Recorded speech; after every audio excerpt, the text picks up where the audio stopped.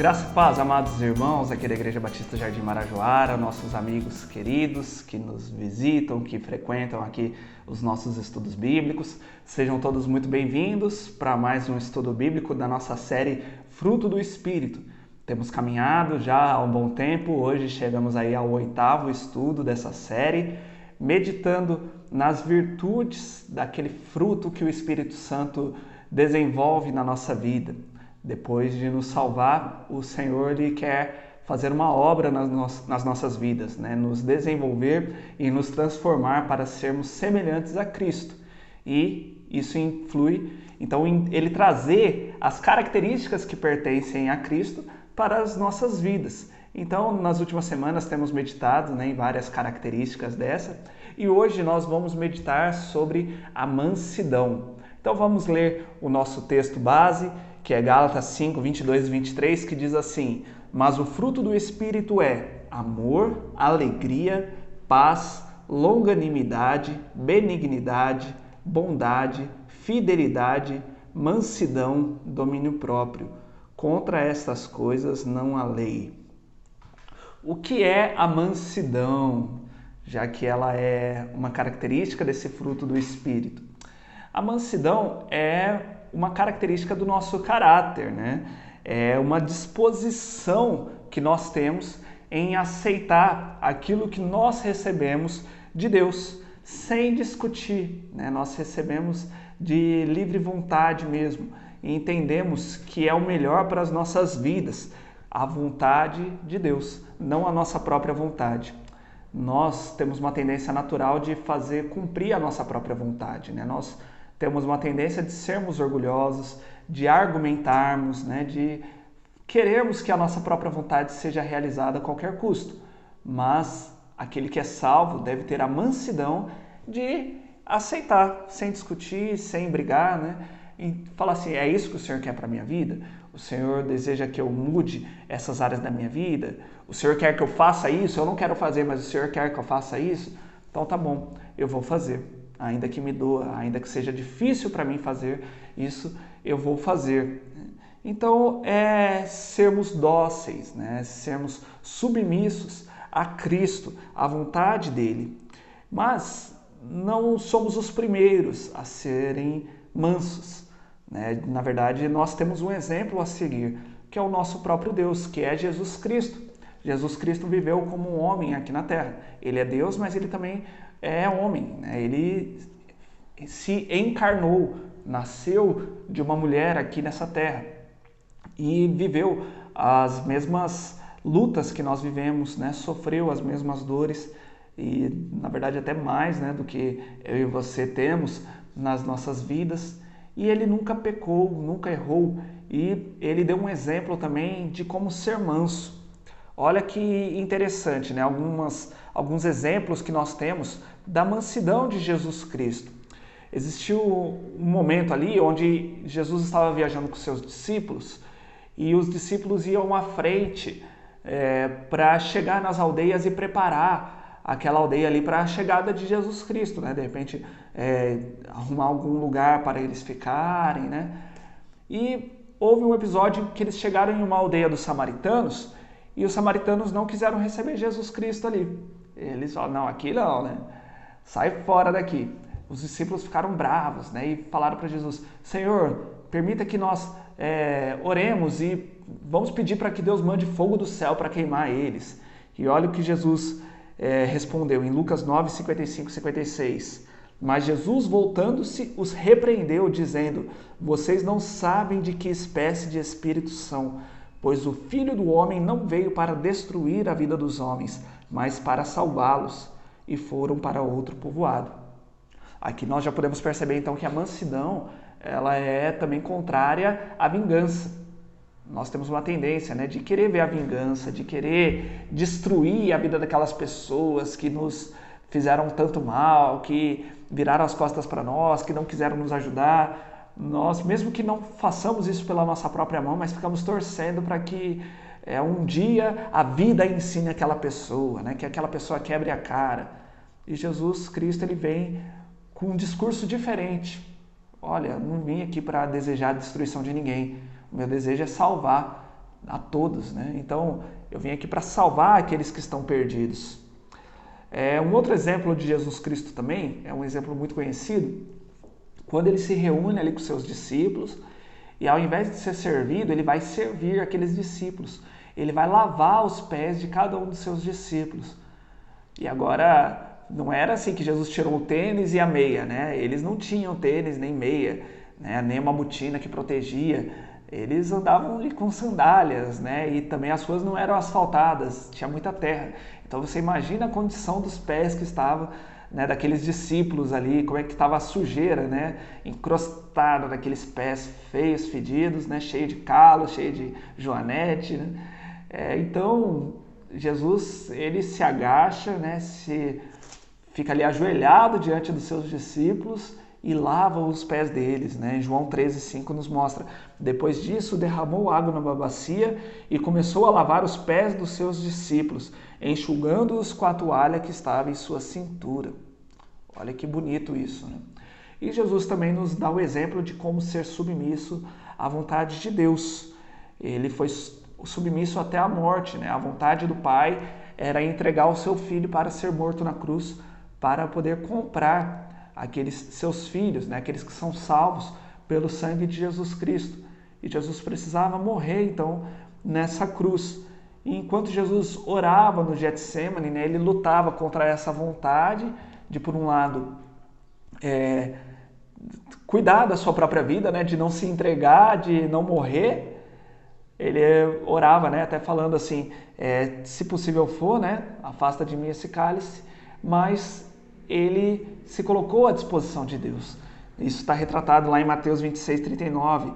Indo um pouco mais adiante, prostrou-se com o rosto em terra e orou: meu Pai, se for possível, afasta de mim esse cálice. Contudo, não seja como eu quero, mas sim como tu queres. Bonito isso, né? E ele mostra isso também mais à frente, em todo o percurso ali, né, da sua prisão, do seu julgamento, né?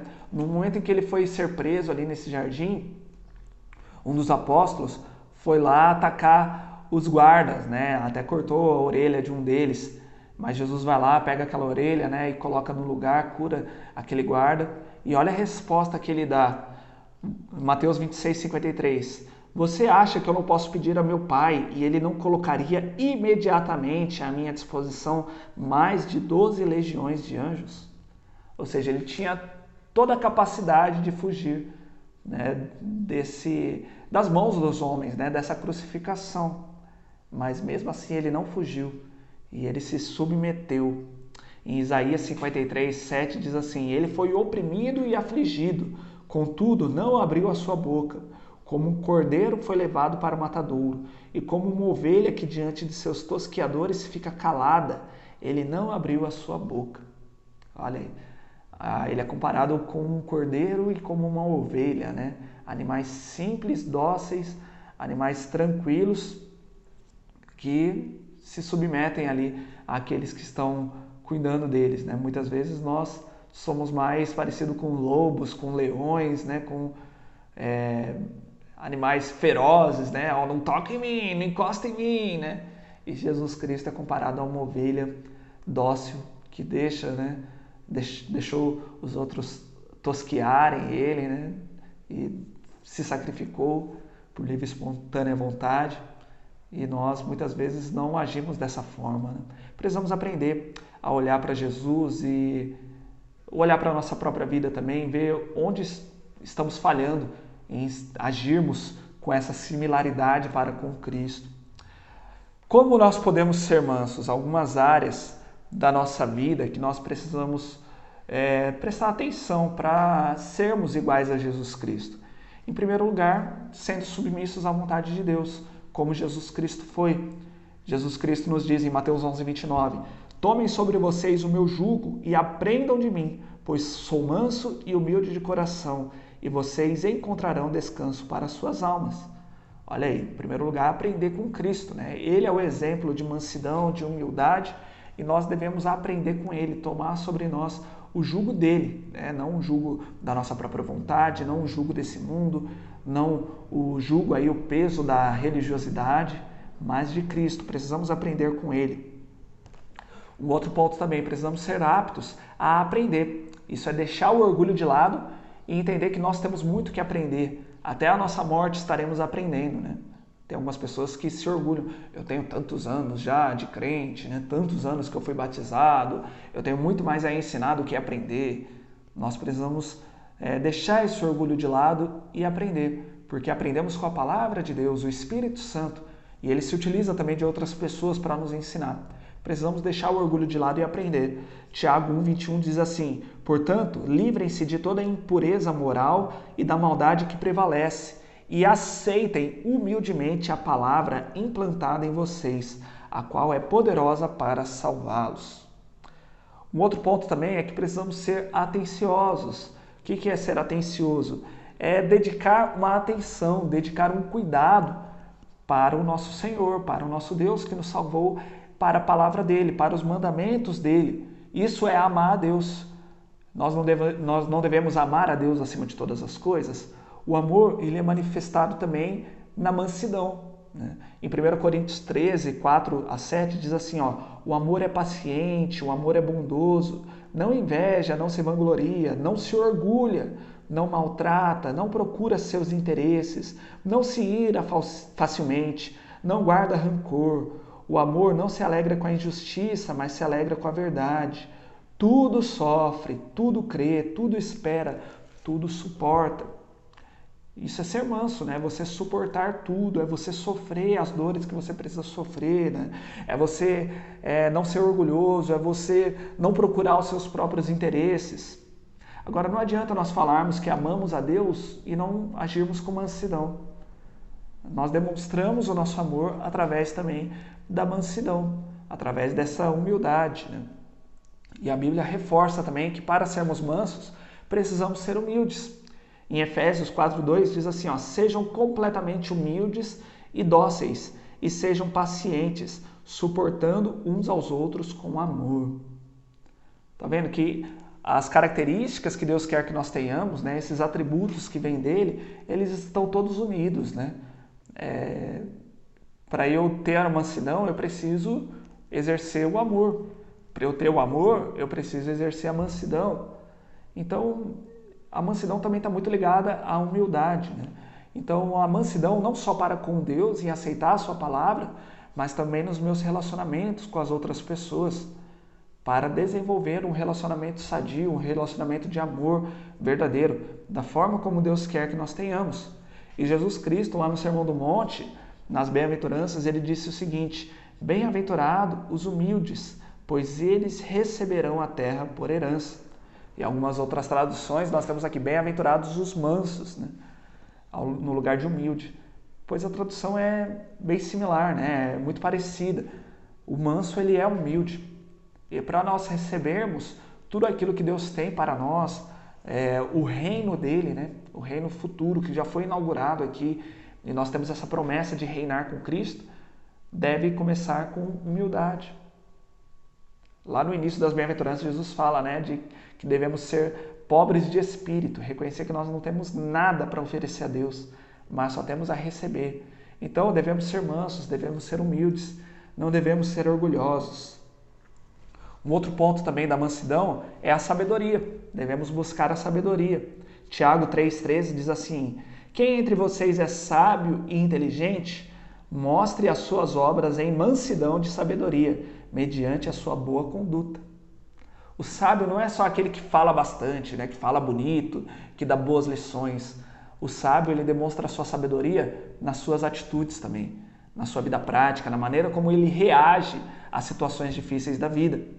Então, como nós devemos reagir? Com sabedoria e mansidão e humildade, ser calmo, né? Não responder de uma forma assim afoita, de uma forma rápida, né? Mas parar, meditar, esperar, né? Não ter essa pressa, essa ansiedade de já dar uma resposta para as pessoas. E o maior presente que nós podemos ter é a salvação, né? No Salmo 149:4 diz assim: porque o Senhor se agrada do seu povo e exalta os humildes com a salvação. Para nós sermos salvos, lógico, o Senhor Jesus comprou a nossa salvação, mas Ele exige de nós humildade. para reconhecer que só Ele que nos salva. Quem é orgulhoso não é salvo. Deus, Ele humilha os orgulhosos, mas Ele exalta os humildes. E todos aqueles que são salvos, eles precisam ser humildes, né? Antes de receber essa salvação e depois também. Então precisamos tomar muito cuidado, né? E desenvolver sempre essa característica da mansidão nas nossas vidas. E para finalizar, as recompensas da mansidão na nossa vida. Mais um salmo, Salmo 37:11, diz assim: mas os mansos herdarão a terra e terão alegria na abundância de paz. Olha que maravilhoso isso, né? Mais uma vez aqui destacando a importância da mansidão. É necessário nós sermos mansos e humildes para receber a palavra de Deus. E agindo com mansidão nas nossas vidas, nós vamos evitar muitos problemas. Nós vamos evitar desentendimento com as outras pessoas, né? Nós vamos desfrutar de bons relacionamentos com aquelas pessoas que nos rodeiam, com aquelas pessoas que se relacionam conosco. E nós vamos ter também uma vida abençoada por Deus. Nós vamos ter paz. Muitas vezes, a ausência de paz na nossa vida é consequência de más escolhas que nós fazemos. É uma consequência de nós não agirmos com mansidão, né? De nós estarmos colhendo ali o fruto do nosso orgulho, não é verdade? Nós fomos orgulhosos lá no passado e agora estamos colhendo o resultado disso. Mas quando nós agimos com mansidão, nós temos paz. Mesmo que as outras pessoas nos ofendam, falem mal de nós continuamos agindo com paz, Deus vai nos dar toda a paz que nós precisamos, nós estamos tranquilos, né? E ficamos ali numa boa, sabendo que fizemos aquilo que é o certo. Estamos com a nossa consciência tranquila, podemos deitar e dormir tranquilamente, né? E não precisamos nos preocupar também com a nossa própria vida, porque sabemos que Deus tem cuidado de nós. Algumas pessoas ficam afoitas também, ansiosas com relação ao seu futuro, querem resolver tudo, né? Querem cuidar do dia de amanhã. Mas quem é manso, quem é humilde, sabe que não precisa ser ansioso, porque Deus está cuidando da sua vida. E Ele nos dá, então, essa herança da terra, né? E a abundância de paz. Bonito isso, né? Então procure desenvolver a mansidão na sua vida, peça ajuda ao Espírito Santo, pois essa é uma tarefa dele, né? Mas não atrapalhe não, né? Busque se afastar dos pecados da sua vida, busque se afastar do orgulho, que é o contrário aí da mansidão, da humildade, né? E que você busque cada vez mais ser cheio do Espírito Santo e desfrutar dessa herança maravilhosa que o Senhor tem prometido para todos aqueles que são mansos. Que Deus te abençoe e até o nosso próximo estudo.